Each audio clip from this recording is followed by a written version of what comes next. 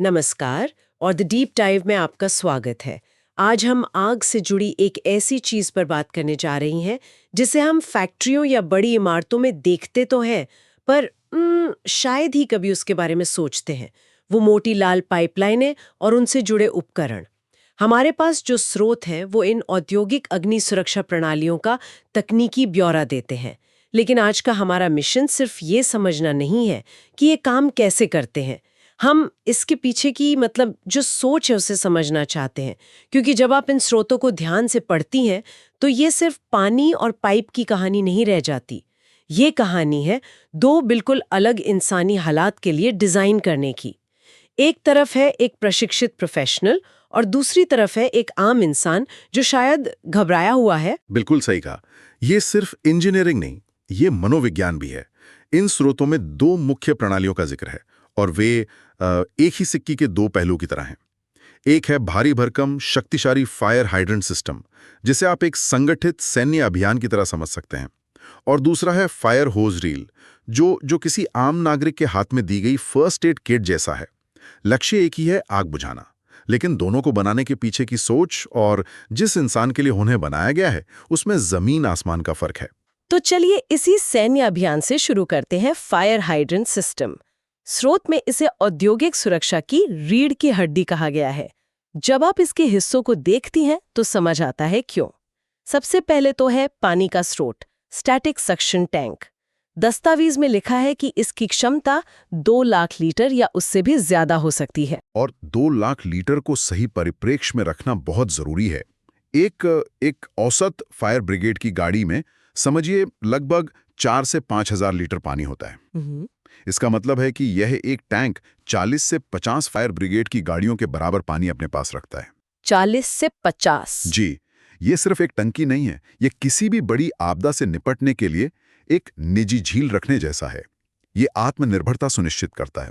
आप शहर की पानी की सप्लाई पर निर्भर नहीं है, जो आग लगने पर बाधित हो सकती है।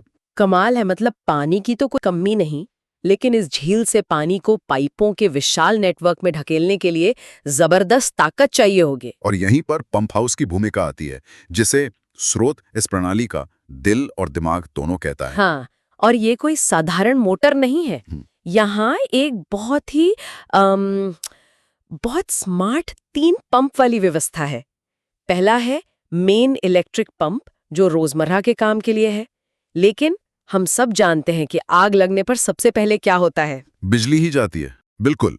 और इसीलिए एक डीजल इंजन वाला स्टैंड बाय पंप है। बिजली कटते ही वो अपने आप चालू हो जाता है। ये एक क्लासिक फेल सेफ है, एक बैकअप। ठीक है, ये तो समझ आता है, एक मेन एक बैकअप। लेकिन मुझे जो बात थोड़ी हैरान कर रही है वो है तीसरा पंप। 1 minute, 3 pump. पहला इलेक्ट्रिक ठीक है, डीजल वाला बैकअप के लिए वो भी ठीक है, पर ये तीसरा छोटा जॉकी पंप क्यों? ये कुछ जरूरत से ज्यादा नहीं लग रहा? ये एक शानदार सवाल है और इसका जवाब ही इस सिस्टम की असली बुद्धिमानी को दिखाता है। ये जरूरत से ज्यादा नहीं बल्कि दूरदर्शिता है। सोचिए, एक फैक्ट्री में मीलों लंबे पाइप होते हैं। अब तापमान में बदलाव या मामूली जोड़ों से दबाव में हल्की सी गिरावट आना बहुत आम बात है। अगर हर बार दबाव थोड़ा सा कम होने पर आप उस विशाल इलेक्ट्रिक या डीजल पंप को चालू करेंगे तो क्या होगा? बेमतलब में बहुत सारी ऊर्जा खर्च होगी और वो बड़ी मशीनें बार बार चालू बंद होने से जल्दी खराब भी हो जाएंगी। बिल्कुल, जॉकी पंप इसी समस्या का हल है। ये एक छोटा कम क्षमता वाला पंप है जो सिस्टम में लगातार नजर रखता है। जैसे ही दबाव थोड़ा कम होता है, ये चुपचाप चालू होकर उसे वापस सही लेवल पर ले आता है और बंद हो जाता है। ये एक तरह से मुख्य सिस्टम को उसकी अपनी ही ताकत से बचाता है। ये इस सिद्धांत पर काम करता है कि आपकी इमरजेंसी प्रणाली को शांति के समय में छोटी मोटी चीजों के लिए खुद को थकाना नहीं चाहिए। वाह! ताकि जब असली संकट आए तो आपके मुख्य हथियार पूरी तरह से तैयार और मजबूत हों। ये तो बहुत गहरी सोच है। अच्छा, अब आते हैं उस हिस्से पे जो सीधे आग से लड़ता है, होज पाइप और नोजल। स्रोत में कुछ खास स्पेसिफिकेशंस का जिक्र है। 63 का होज, रीइंफोर्स्ड रबर लाइन्ड और इंस्टेंटेनियस कपलिंग्स। आपने कहा था कि ये रीइंफोर्स्ड शब्द बहुत जरूरी है, क्यों? बहुत जरूरी है।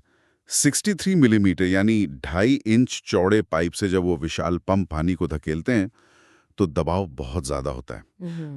यह आपके बगीचे वाले पाइप जैसा बिल्कुल नहीं है। RRL का मतलब है कि रबर के अंदरूनी हिस्से के चारों ओर एक मजबूत सिंथेटिक धागे की बुनी हुई जैकेट होती है। यही जैकेट उस भारी दबाव को झेलती है और पाइप को फटने से रोकती है। अच्छा। यही बुनाई एक साधारण पाइप और एक फायर होज के बीच का असली अंतर है। और ये इंस्टेंटेनियस कपलिंग्स, नाम से तो यही लगता है कि तुरंत जुड़ने वाला। हाँ, और इमरजेंसी में हर सेकंड कीमती होता है ना? आपने देखा होगा कि आम पाइपों को जोड़ने के लिए चूड़ियां कसनी पड़ती हैं, उसमें समय लगता है। इंस्टेंटेनियस कपलिंग्स में दो हिस्से होते हैं, जिन्हें बस एक दूसरे में फंसाकर थोड़ा घुमाना होता है और वे क्लिक करके लॉक हो जाते हैं। उन्हें अंधेरे में दस्ताने पहनकर या घबराहट में भी आसानी से जोड़ा जा सकता है। मतलब हर छोटा हिस्सा भी स्पीड और भरोसे के लिए बनाया गया है। गति, विश्वसनीयता और अत्यधिक शक्ति। और इस शक्ति को संभालने के लिए इंसानी कौशल की भी तो जरूरत होगी। स्रोत में लिखा है कि इस सिस्टम को चलाने के लिए कम से कम 2 लोगों की जरूरत होती है। ये सिर्फ एक सुझाव है या कोई तकनीकी मजबूरी? ये भौतिकी का नियम है। न्यूटन का तीसरा नियम, हर क्रिया की एक समान और विपरीत प्रतिक्रिया होती है। जब 63 मिलीमीटर के नोजल से पानी सैकड़ों लीटर प्रति मिनट की रफ्तार से बाहर निकलता है तो वो पीछे की ओर जबरदस्त धक्का मारता है। इसे रिकॉइल प्रेशर कहते हैं। अच्छा। आप इसे एक शक्तिशाली मशीन गन चलाने जैसा समझ सकते हैं। एक अकेला व्यक्ति बिना सही ट्रेनिंग के उसे संभाल ही नहीं सकता। होज हाथ से छूटकर किसी को भी गंभीर रूप से घायल कर सकता है। तो मतलब आप सिर्फ एक पाइप नहीं पकड़े हुए हैं, आप पानी की एक शक्तिशाली जेट से कुश्ती लड़ रहे हैं। इसीलिए स्रोत में 2 हैंड ग्रिप और पैरों को सही पोजीशन में रखने की बात कही गई है। आओ सिर्फ एक प्रक्रिया नहीं बल्कि सुरक्षा का कवच है। एक व्यक्ति नोजल को संभालता है और दूसरा उसके ठीक पीछे होज को सहारा देता है, दबाव को उसको बांटता है। ये पूरी प्रणाली एक प्रशिक्षित समन्वित टीम के लिए बनाई गई है जो जानती है कि वे किस ताकत से निपट रहे हैं।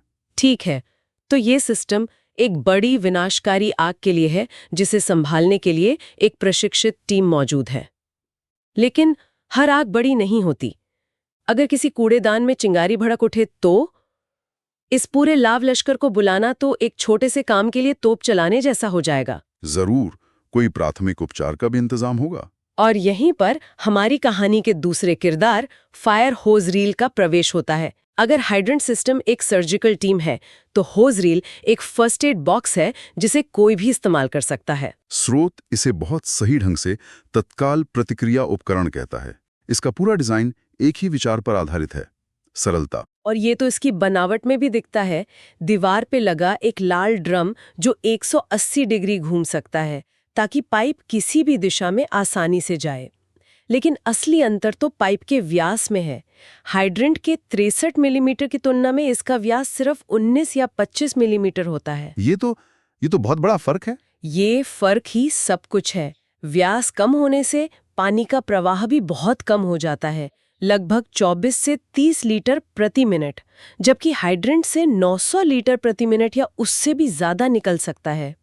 इसका नतीजा ये होता है कि रिकॉइल प्रेशर लगभग न के बराबर होता है। एक अकेला व्यक्ति इसे एक हाथ से भी आसानी से संभाल सकता है। और नोजल भी बिल्कुल सरल, एकदम सरल। बस घुमाने से पानी चालू या बंद हो जाता है, कोई जटिल लीवर या वाल्व नहीं। स्रोत में एक और दिलचस्प बात का जिक्र है कि होज किंक प्रतिरोधी होना चाहिए, यानी ऐसा जो आसानी से मुड़े या उलझे नहीं। ये एक छोटी सी बात लगती है, पर शायद आपात स्थिति में बहुत मायने रखती होगी। ये छोटी बात नहीं, ये डिजाइन के पीछे के मनोविज्ञान को समझने की कुंजी है। कल्पना कीजिए, कोई कर्मचारी आग देखकर घबराया हुआ है, उसका दिल तेजी से धड़क रहा है, हाथ कांप रहे हैं। मनोविज्ञान हमें बताता है कि तनाव की स्थिति में हमारी सोचने समझने की क्षमता और बारीक काम करने का कौशल दोनों कम हो जाता है। ऐसे में वो तेजी से होज को खींचता है। अगर पाइप साधारण हुआ तो वो मुड़ जाएगा और पानी रुक जाएगा।